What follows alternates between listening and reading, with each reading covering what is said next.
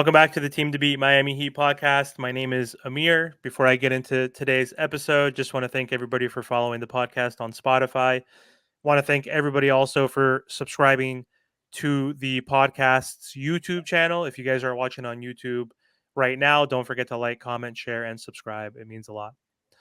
So I'm back with Neil for part 2 of our draft episodes. So in part 1, Neil and I talked about the Miami Heat drafting a potential guard at the 15th spot.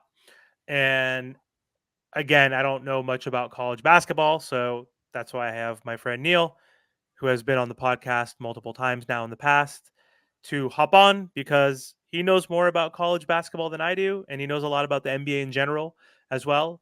So, Neil, welcome back. How are you doing tonight? Doing great. Thanks for having me. Yeah, no problem. And so again, part 1, like I mentioned, we talked about the guards in the draft that the Miami Heat could select.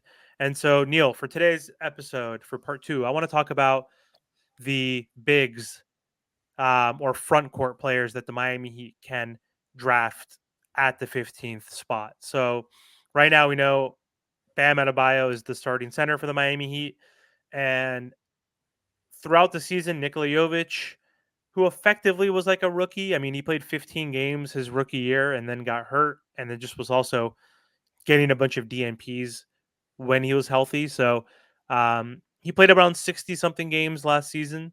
So he doesn't even have a full 82 under his belt, but he drastically improved last year, and he started like 35, 40 games of those 65 games, I believe, that he played, um, which was huge to get that experience. So, um, traditionally, the Miami Heat have been playing small ball.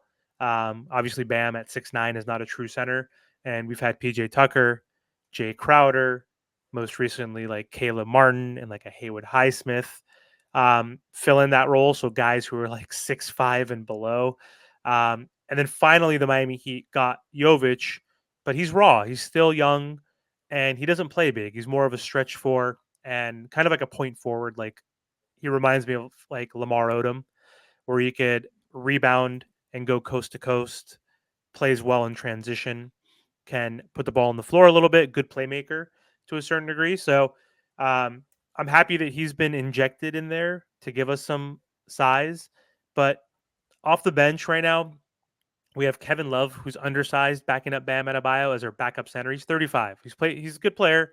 He's important, but he plays 10, 12 minutes a game. He's only getting older. He's only getting slower. And the issue too is like our true centers that back up Bam Adebayo have been horrendous over the last few years. We had Dwayne Dedman, we had Cody Zeller, we had Orlando Robinson, shout out Fresno State, but he's still inexperienced and young and didn't play a lot. And then we had Thomas Bryant, who's also like okay, but like kind of a liability on defense, and that's the Miami Heat's identity. So I think we need a true backup big for Bam Adebayo, so that way Kevin Love could slide over and play the 4 spot and back up Jovic, assuming he's on this team still next season. So Neil, like we could focus on centers too, but also just any other power forwards um, that pop into your mind. Do you think that could be a good fit for the Miami Heat? So one I've mentioned in the last episode, Miami is horrible at offense, third to last in points per game, also 26th in rebounding, right? So, and rim protection, bottom 10. Top 5 defense, but not in terms of rim protection. So, think of those three aspects when it comes to a player. But who are some guys that, you think of that could fit this team? So there's actually a few in the 20s that were listed in this Jonathan Gavini article. He's a draft expert for ESPN. So there's Zach Edey at 16. I mean, he destroyed it in college, but I have a hard time seeing him be able to deal with the athleticism of the NBA. So I think he should be avoided, even though his post game gives him an opportunity to succeed in the NBA. But I just think he's going to get killed on the defensive end of the floor. And that sounded like the primary criteria you're using to evaluate some of the big men. Filipowski is also in that range. I think he also might struggle in the paint for rim protection as well. He seems a little bit soft. But there are two people that seem to work for what you're looking for. There's this guy out of Baylor, a 7-footer, Yves Missy.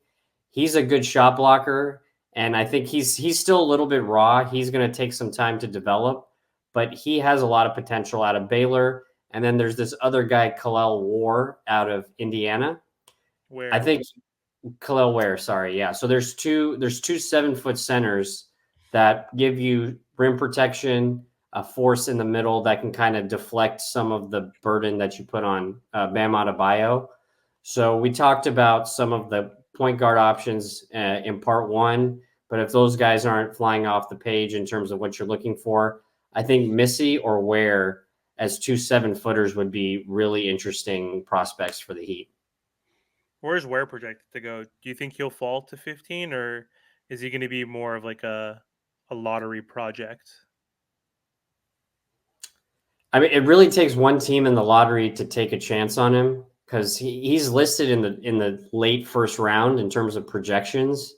But if people are just searching for it, it seems like we're going through a period where bigs are back, like the flavor of the week again. You have like Jokic just dominating everybody. You had Minnesota doubling down on bigs to try to beat Denver. The Lakers haven't really been able to figure out their center situation. So it seems like centers are starting to get back into demand again. And given where he's projected to go, I think Ware is less of a project than Missy is. But they both look like they could be available at 15, given what the prospect list looks like.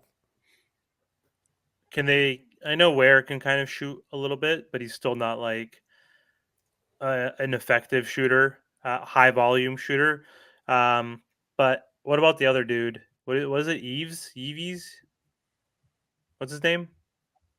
Yves Missy? Eves Yves Missy. Missy? What's his offense look like? Like, what's his forte? He just has like all the raw tools that you need, but he's a little bit more of a project than I'd say Ware is. Can he shoot at all? Spread the floor at all, or is he more of like a Capella kind of guy? He's a back to the basket jump hook type of guy. Old school type of center. Yeah, he could finish alley oops in some of the ways that like Derek Lively has done, but we see what like Derek Lively's been able to do in the playoffs. I think that's not a far off projection for someone like Ware. I think Ware could easily fit that role for the Heat. What about like forwards? Anybody that like? Because I think the Miami Heat need help with shooting as well. Because we lost Gabe Vincent, we lost Max Struess. Like we still have some 3-point shooters, obviously, on this team, but our stars are not capable of that. So Bam's extending that like his range, as you saw this season. Like he started shooting, I think after the All-Star break, like 2 threes a game, and like was making them like at a pretty high clip.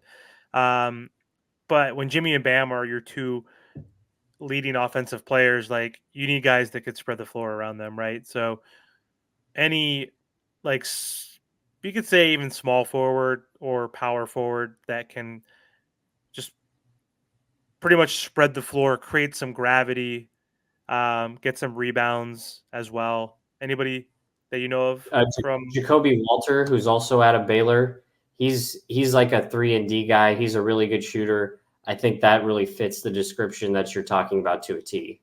He would be like the perfect fit for what you're describing. Is he a wing player or is he like what is he, a power He's forward? 6'5", so he's like a 2, maybe a 3 in an ideal world. But then you're dealing with maybe some duplication with Jaquez a little bit. He's more of a shooter from 3-point range than Jaquez is, so they could theoretically share the floor at the same time. But they are quite similar. What about Tristan da Silva? Some people have been mentioning him from Colorado. Yeah, he has a lot of talent. He's a good player. I don't think he's going to bring the shooting that you're looking for. I think that's the one knock on his game. But he has like the size of Jovic, and he can play on the perimeter a little bit more. I just question his shooting. Jovic, I think you're thinking no, he's really good. That's all he's got. He's 6'8". This guy's Tristan da Silva. He shot almost 40% from three. Are you thinking of someone else? No, I didn't realize he shot 40% from three. Yeah, 39.5, So, but so he could be a good fit then for what you're looking for. 16 points, 5 rebounds, 6'8", 23. So he's definitely older. Must be a 4-year. He's a good player. He started really balling out towards the tournament for Colorado, like end of February, March, when more draft scouts are on you. So it seems like he's getting interest from Memphis at the 9th pick and the Kings at number 13. Interesting. What about who else? You mentioned Zach Edey. I agree with you on that. I don't really think the Miami Heat should select him. I don't have any faith in him whatsoever. So just his lateral movement, I don't think he's going to be quick enough. And I just, He would just get killed on defense, I think. yeah, I just don't think just offensively he's going to like have enough outside of his little jump hook, and it's going to be To harder. compensate for the defensive liability. Yeah, totally. It's like I don't want like a perennial like backup. I want a guy that could be like potentially like a starter next to Bam Adebayo. Like maybe move Bam back to the 4 spot if we do find someone who's more of a true center, or look for that power forward and have Niko Jovic as our small forward. Who knows? Like maybe Terry. If we're gonna keep the same team, that probably wouldn't work though. Honestly, we'd probably have to put Terry Rozier or Tyler Hero on the bench, which probably would make sense because I don't know if those two guys, those both those guys need the ball in their hands, right? And they're high volume shooters. So if we throw, let's say, a Terry for some reason on the bench, you can have Tyler, Jimmy, Jovic, like Tristan da Silva or something, right? Or that EVs, whatever the hell his name was, and or a Kalel Ware and Bam, starting together, perhaps, and have Jaime come off the bench with Terry Rozier, Kevin Love, and whoever the backup center may be, Orlando Robinson. I mean, that's pretty solid unit right there, if you think about it. So Yeah. So to your point, if you want to keep Bam at maybe his preferred spot as the 4 away from the rim, then you'd want to look at like a Misi or a Kalel Ware. But if you want to keep Bam, like you would want to avoid Bam at the 5 at all costs. That's where I think taking someone like Tristan da Silva might make it tough in terms of lineup construction, because then you still won't really have a true center out there, and Bam might have to play the 5.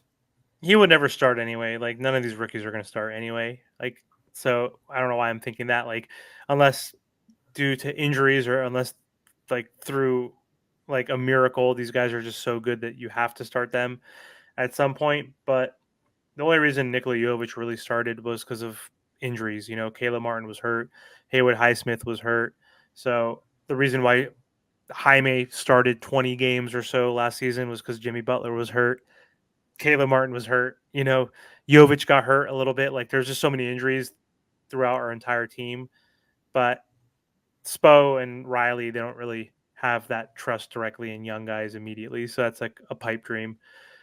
Da Silva or even Ware, all these guys would be coming off the bench, for Bam, most likely. I don't think Definitely. Spo likes small ball. I think he's going to keep Bam at the center spot. Excuse me. I don't know what Bam's direct preference is, but he did come into the league as a power forward. So and he's 6'9". So he is undersized, but he's still good enough. I mean, he's not severely undersized. He's got a really good wingspan as well. So, but anyway, that's all we had for today's video. Again, Neil, thank you for hopping on. Thank you for providing these suggestions. Yeah, hopefully we can get you to hop on again for some sort of video during this off season, even though you don't know shit about Miami Heat basketball, but I know you know a little bit, obviously, but you're not a Miami Heat fan. So we'll see. We'll see if we have you back on, but I really appreciate the time, buddy. All right, man. See you later.